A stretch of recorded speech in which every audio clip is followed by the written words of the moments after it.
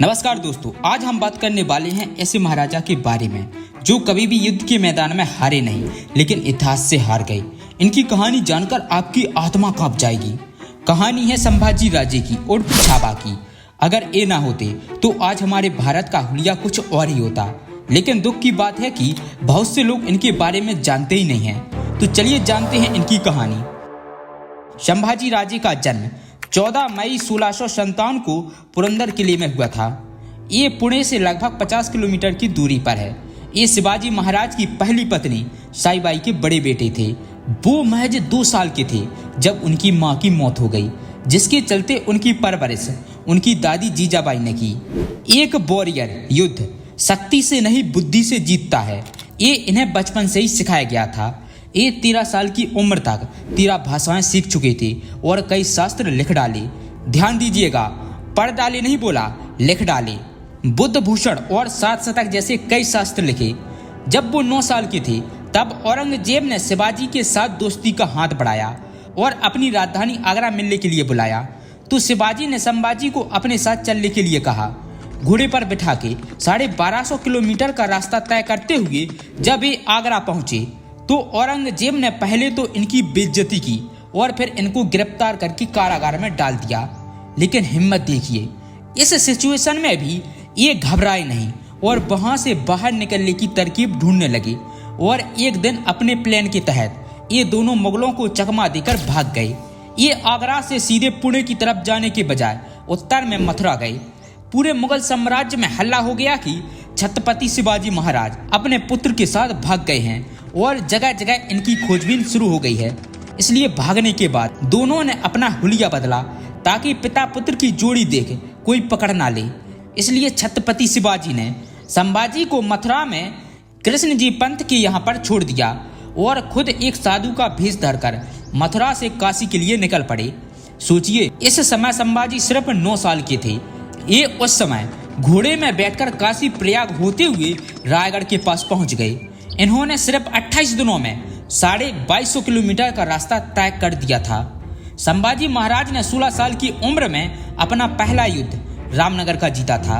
हर सफल शासक के पास एक बुद्धिमान सलाहकार जरूर होता है। इसी प्रकार इन्होंने भी उज्जैन के एक कवि को कवि कलश उनको अपना एडवाइजर बनाया, जो अपनी कविताओं के माध्यम से इनको एडवाइस दिया करते थे। ये हमेशा कवि कलश को अपने साथ रखा करते थे। अब आता है वो दुखद दिन 1680, जब छत्रपति शिवाजी महाराज का स्वर्गवास हो गया था। अब सत्ता की गलियारों में ये सवाल गूंजने लगा कि छत्रपति शिवाजी महाराज के बाद कौन संभालेगा मराठा साम्राज्य। एक तरफ थे संभाजी और दूसरी तरफ थे छत्रपति शिवाजी महाराज की दूसरी संतान और संभाजी महाराज के सौतेले भाई राजाराम। दरबारियों का एक ग्रुप था जो संभाजी को सपोर्ट कर रहा था और एक ग्रुप था जो राजाराम को मराठा साम्राज्य की कमान सौंपना चाहता था। जब छत्रपति शिवाजी का स्वर्गवास हो गया था तब संभाजी पन्हाला के किले में कैद थे। दरअसल ऐसा कई जगह उल्लेख मिलता है कि शिवाजी महाराज ने जिद और अनुशासनहीनता के कारण संभाजी को पन्हाला किले में नजरबंद करवा दिया था। लेकिन जब मराठा गद्दी खाली हो गई तो संभाजी की सौतेली मां यानी कि सोयराबाई ने कई मराठा मंत्रियों और दरबारियों से समर्थन मांगा ताकि वो अपने 10 साल के बेटे राजाराम को अगला छत्रपति बना सके। लेकिन जैसे ही इसकी सूचना संभाजी को मिली, वो पन्हाला किले से किसी तरह निकल भागे और रायगढ़ के किले पर चढ़ाई कर दी तथा अपनी सौतेली मां सोयराबाई को कैद कर लिया। इस तरह संभाजी महाराज ने अपनी वीरता और प्रशासनिक क्षमता से खुद को योग्य साबित किया और बता दिया कि वही बनेंगे मराठा साम्राज्य के द्वितीय छत्रपति। संभाजी 20 जुलाई 1680 को मराठा सिंहासन पर विराजमान हुए। महाराष्ट्र के औरंगाबाद में औरंगजेब का एक फोर्ट हुआ करता था, जहां का खजाना पूरे मराठा साम्राज्य को सस्टेन करने के लिए काफी था। इसी आइडिया के साथ एक 23 साल के युवा ने मुगल बादशाह औरंगजेब को हराया। एक बार नहीं, बार बार लगातार 20,000 की छोटी सी सेना के साथ 8 लाख मुगलों का सामना किया। भाई साहब, इन्होंने मुगल बादशाह औरंगजेब की नींद हराम कर दी थी। इसके बाद औरंगजेब ने सोचा, पूरा नॉर्थ तो जीत ही चुका, अब तो सिर्फ दक्खन रह गया है। दक्खन मतलब उस समय का दक्षिण, अहमदनगर से लेकर पूरा नीचे का महाराष्ट्र को मिलाकर। जब वो महाराष्ट्र की तरफ बढ़ने लगा तो वहीं औरंगजेब ने एक संधि करने की कोशिश करी पुर्तगालियों के साथ गोवा में, ताकि समुद्री रास्ते से उनको एक और सपोर्ट मिले, उनकी सेना मिडिल ईस्ट से आ सके। जब इस संधि का पता संभाजी को चला तो उन्होंने सबसे पहले गोवा में घुसकर पुर्तगालियों को ही खदेड़ फेंका। सालों में इतनी मार मारी कि उनका बेड़ा ध्वस्त कर दिया। उन्होंने मुगलों को इतना परेशान कर दिया था कि उनका फोकस नॉर्थ से हटने लगा, जिसके परिणाम स्वरूप राजस्थान, पंजाब और बुंदेलखंड जैसे राज्य फिर से उभरने लगे। सिर्फ 9 सालों में छत्रपति संभाजी महाराज ने 120 युद्ध लड़े और एक भी नहीं हारे, लेकिन फिर भी अपनों ने उन्हें धोखा दिया।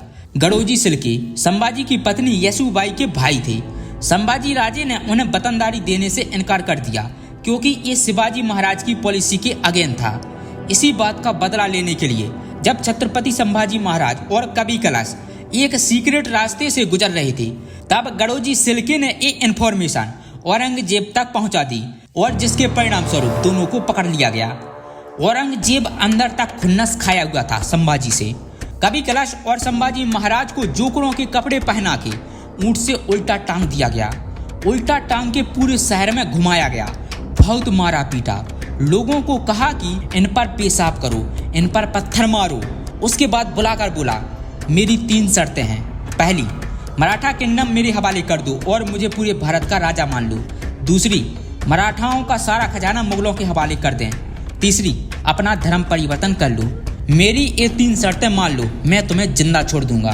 तो संभाजी कहते हैं, मैं मराठाओं की जमीन तुम्हारे नाम नहीं करूंगा, अपने धर्म का बलिदान नहीं करूंगा। 1000 बार मान लो, अगली बार फिर जन्म लूंगा अपने ही धर्म में। उसके बाद औरंगजेब रुका नहीं, उनके नाखूनों को उखाड़ा गया, आंखों में मिर्ची डालते चले गए। लोहे की सरिया देखे हैं? ऐसे सरिया को गर्म करके उनकी आंखों में डाल उनको अंधा कर दिया। उनसे रोज पूछा गया कि क्या शर्तें मंजूर हैं, लेकिन उनका जवाब हमेशा एक ही होता, नहीं। एक एक करके उनकी उंगलियां काट दी गईं, उनके हाथ पैर तोड़ दिए गए, यहाँ तक कि उनकी जबान भी काट दी गई, लेकिन फिर भी उनका जवाब नहीं बदला। औरंगजेब ने उनके शरीर को तो तोड़ दिया था, पर उनके जज्बे को नहीं तोड़ पाए। कहते हैं कि अंत में उनके गुजर जाने के बाद उन्हें अंतिम संस्कार तक नहीं दिए गए, उनके टुकड़े टुकड़े करके नदी में फेंक दिए गए। समस्त मुगल राजाओं में औरंगजेब एक अमानवीय राजा था। बहरहाल मौका मिल गया सारे मराठाओं को एक होने का। उन्होंने शरीर के सारे टुकड़े उठाए संभाजी महाराज के, उनको सिल के उनका अंतिम संस्कार किया। लेकिन अब हर बच्चा, औरत, बूढ़ा सभी के सभी मराठा सेना में शामिल हो गए। सभी कम्युनिटी एक हो गई। दोबारा युद्ध छिड़ा गया। खत्म हो गया दक्कन का सुल्तान बनने का उसका सपना। कुछ ही साल के अंदर वही दक्कन की भूमि में मारा गया और यहीं से मुगल साम्राज्य का पतन स्टार्ट हो गया था। मुझे गर्व है कि मैंने ऐसे देश में जन्म लिया जिसमें वीर मराठा संभाजी का जन्म हुआ, पर दुख होता है कि देश ऐसे वीरों को भूलता चला जा रहा है।